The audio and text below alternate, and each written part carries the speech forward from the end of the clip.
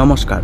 যুক্তরাষ্ট্রে ট্রাম্পের ঐতিহাসিক প্রত্যাবর্তন ইতিহাসে নজির গড়ে দ্বিতীয়বারের মতো মার্কিন যুক্তরাষ্ট্রের গদিতে বসতে চলেছেন ডোনাল্ড ট্রাম্প। শুধুমাত্র ইলেকটোরাল কলেজের ভোটেই নয়, বরং পপুলার ভোটেও তিনি জয়ী হয়েছেন।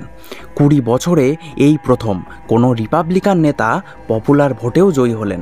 তবে ওনার এই কার্যকাল ভারতের জন্য কি হতে চলেছে, আশীর্বাদ নাকি অভিশাপ, সেটি এই ভিডিওটিতে আমরা খুব সুন্দরভাবে বিশ্লেষণ করব। ট্রাম্পের বিভিন্ন নির্বাচনী ভাষণ, ওনার পূর্ববর্তী কার্যকাল, সাম্প্রতিক ওনার ন্যাশনাল সিকিউরিটি অ্যাডভাইজার হিসাবে মাইক ওয়ালটজের নিয়োগ, বিভিন্ন সংঘাতকে শেষ করার ওনার প্রতিশ্রুতি, সব কিছুকে মিলিয়ে ট্রাম্পের এই দ্বিতীয়বারের কার্যকাল ঠিক কেমন হতে চলেছে চলুন বুঝে নেওয়া যাক। ট্রাম্পের এই প্রত্যাবর্তনে ভারত প্রত্যক্ষভাবে যতটা না লাভবান হবে, তার থেকে বেশি আমেরিকার সঙ্গে বিশ্বের অন্যান্য দেশেদের যেই ডেভেলপমেন্টগুলি হতে চলেছে সেগুলি ভারতকে পরোক্ষভাবে অনেক বেশি লাভবান করবে। যেমন ট্রাম্পের এই বিজয়ে প্রথমেই সবার যে কথাটি মাথায় আসে সেটি হলো রাশিয়া ইউক্রেন সংঘাত। ট্রাম্পের নির্বাচনী ভাষণের একটি গুরুত্বপূর্ণ অংশই ছিল ট্রাম্পের এই সংঘাতকে শেষ করার প্রতিশ্রুতি, এবং তাই ট্রাম্প নির্বাচনে জয়ী হওয়ার পর অনেকেই বলেছিলেন যে সেই রাতে একমাত্র রাশিয়ার রাষ্ট্রপতি পুতিনই শান্তিতে ঘুমিয়েছিলেন, কারণ জেতার খুশিতে এবং সকলের শুভেচ্ছা বার্তা নিতে নিতে ট্রাম্পেরও সেদিন রাতে নিশ্চয়ই ঘুম আসেনি। ট্রাম্পকে এই নির্বাচনে যিনি খোলা সমর্থন দিয়েছিলেন সেই ইলন মাস্কেরও সেই রাতে ঘুম আসেনি, তার টেসলা কোম্পানির শেয়ার যে এখন দৌড়বে সেই খুশিতে। তবে রাশিয়ার রাষ্ট্রপতি পুতিনই একমাত্র সেই রাতে শান্তির ঘুম ঘুমিয়েছিলেন, কারণ তিনি এই নির্বাচনে কোনো ভূমিকা পালন না করলেও এই নির্বাচনে সব থেকে বেশি লাভবান তো তিনি। এবং এখন সবাই দেখতে পাচ্ছে যে রাশিয়া ইউক্রেন সংঘাতে কি হতে চলেছে। বলা হচ্ছে ডোনাল্ড ট্রাম্প ওনার কার্যকাল শুরু করার সাথে সাথেই ইউক্রেনকে দেওয়া আর্থিক সাহায্য বন্ধ করে দেবেন এবং ইউক্রেনের রাষ্ট্রপতি জেলেনস্কিকে তিনি বলবেন এই সংঘাতকে আলোচনার মাধ্যমে সমাপ্ত করে দিতে। তবে অবশ্যই সেই আলোচনা রাশিয়ার দিকেই ঝুঁকে থাকবে এবং রাশিয়া এখনও পর্যন্ত ইউক্রেনের যেসব অংশকে দখল করে নিয়েছে সেই সব অংশ রাশিয়ার কাছেই থাকবে। এবং যা খবর সামনে এসেছে তাতে বলা হচ্ছে যে একটি বাফার জোন তৈরি করা হবে, অর্থাৎ বর্তমানে ভারত এবং চীনের মাঝে যেই এলএসি আছে তার মতো। এবং এই যুদ্ধ সমাপ্ত হলে অবশ্যই ভারতেরও অনেক ভালো হবে, কারণ ভারত একদিকে যেমন রাশিয়ার থেকে অনেক ডিফেন্স আইটেমকে আমদানি করে, তেমনি রাশিয়ার সঙ্গে ভারত যুগ্মভাবে ডিফেন্স আইটেমও তৈরি করে এবং সমগ্র বিশ্বে সেটিকে আমরা রপ্তানিও করি। যেমন আপনারা অনেকেই ব্রহ্মোস মিসাইল সিস্টেমের নাম শুনে থাকবেন, সেটিও ভারত এবং রাশিয়া যুগ্মভাবে তৈরি করে। এছাড়া যারা আমার ভিডিও দেখেন তারা জানবেন যে রাশিয়াকে কিছু আইটেম রপ্তানি করার জন্য ভারতের অনেকগুলি কোম্পানির ওপর আমেরিকা সাম্প্রতিক স্যাংশনস লাগিয়ে দিয়েছিল। অবশ্যই ট্রাম্পের কার্যকালে সেই স্যাংশনসগুলিও উঠে যাবে। এছাড়াও আমরা কখনোই চাইব না যে রাশিয়ার সঙ্গে আমেরিকার সম্পর্ক এতটাও খারাপ থাক, কারণ রাশিয়া এবং আমেরিকা দুজনেই বর্তমানে আমাদের খুব গুরুত্বপূর্ণ পার্টনার এবং ট্রাম্পের কার্যকালে আমেরিকার দৃষ্টি রাশিয়ার থেকে সরে চীনের দিকে যাবে, যার ফলে বিভিন্ন পশ্চিমের কোম্পানিগুলি চীনের থেকে নিজেদের কোম্পানির প্ল্যান্টগুলিকে সরিয়ে ভারতে নিয়ে আসার একটি সম্ভাবনা আছে।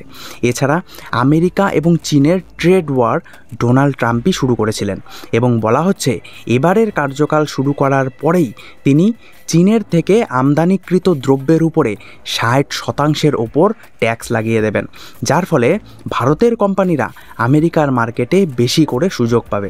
এছাড়া ট্রাম্প ওনার ন্যাশনাল সিকিউরিটি অ্যাডভাইজার হিসাবে মাইক ওয়ালটজকে নিযুক্ত করেছেন।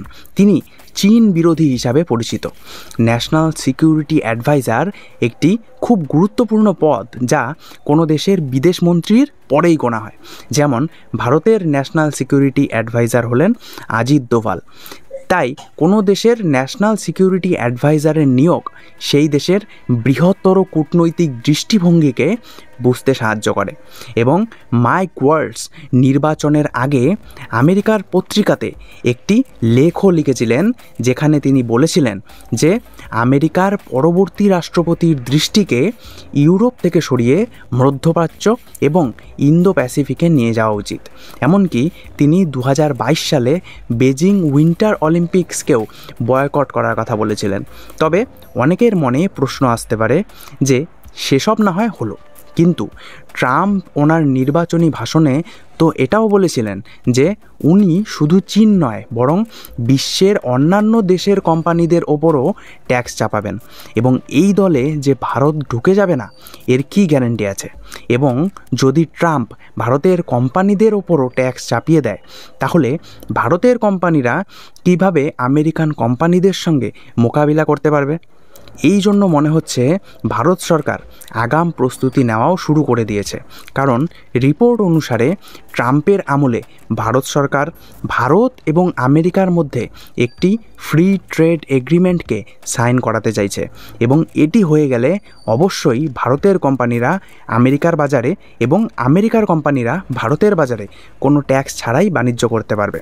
তবে প্রশ্ন হচ্ছে, এতে কারা লাভবান হবে, ভারতীয় কোম্পানিরা নাকি আমেরিকান কোম্পানিরা? 2022-23 ডাটা অনুসারে ভারত এবং আমেরিকার মোট দ্বিপাক্ষিক বাণিজ্য $128 বিলিয়ন কাছাকাছি, যার মধ্যে $50 বিলিয়ন পণ্য আমরা আমেরিকার থেকে আমদানি করি এবং $78 বিলিয়ন পণ্য আমরা আমেরিকাকে রপ্তানি করি। অর্থাৎ বাণিজ্যের দিক থেকে দেখতে গেলে ভারতীয় কোম্পানিরাই কিন্তু বর্তমানে বেশি লাভবান হচ্ছে। এছাড়াও ভারতের বিদেশমন্ত্রী এস জয়শঙ্কর সাম্প্রতিক একটি বয়ান দিয়েছেন, যেখানে তিনি বলেছেন যে বিশ্বের অন্যান্য দেশ ট্রাম্পের কার্যকাল নিয়ে চিন্তিত হলেও ভারতের শঙ্কার কোনো কারণ নেই। তিনি বলেছেন, প্রধানমন্ত্রী মোদি সম্ভবত প্রেসিডেন্ট ট্রাম্পের প্রথম 3টি ফোন কলের মধ্যে একজন ছিলেন। প্রধানমন্ত্রী মোদি যখন প্রথমবার ওয়াশিংটন ডিসিতে এসেছিলেন, তখন ওবামা আমেরিকার রাষ্ট্রপতি ছিলেন, তারপর ট্রাম্প, তারপর বাইডেন। সুতরাং তিনি জানেন একটি সম্পর্ককে কিভাবে তৈরি করতে হয়। আমি জানি আজকের দিনে অনেক দেশই যুক্তরাষ্ট্র নিয়ে উদ্বিগ্ন, তবে সত্যি কথা বলতে আমরা তাদের মধ্যে নই। অর্থাৎ ভারত সরকারও ভারত আমেরিকার সম্পর্ক নিয়ে যথেষ্ট আশাবাদী। তবে আপনাদের এই বিষয়ে কী মত, সেটিকে অবশ্যই কমেন্টে জানাতে ভুলবেন না।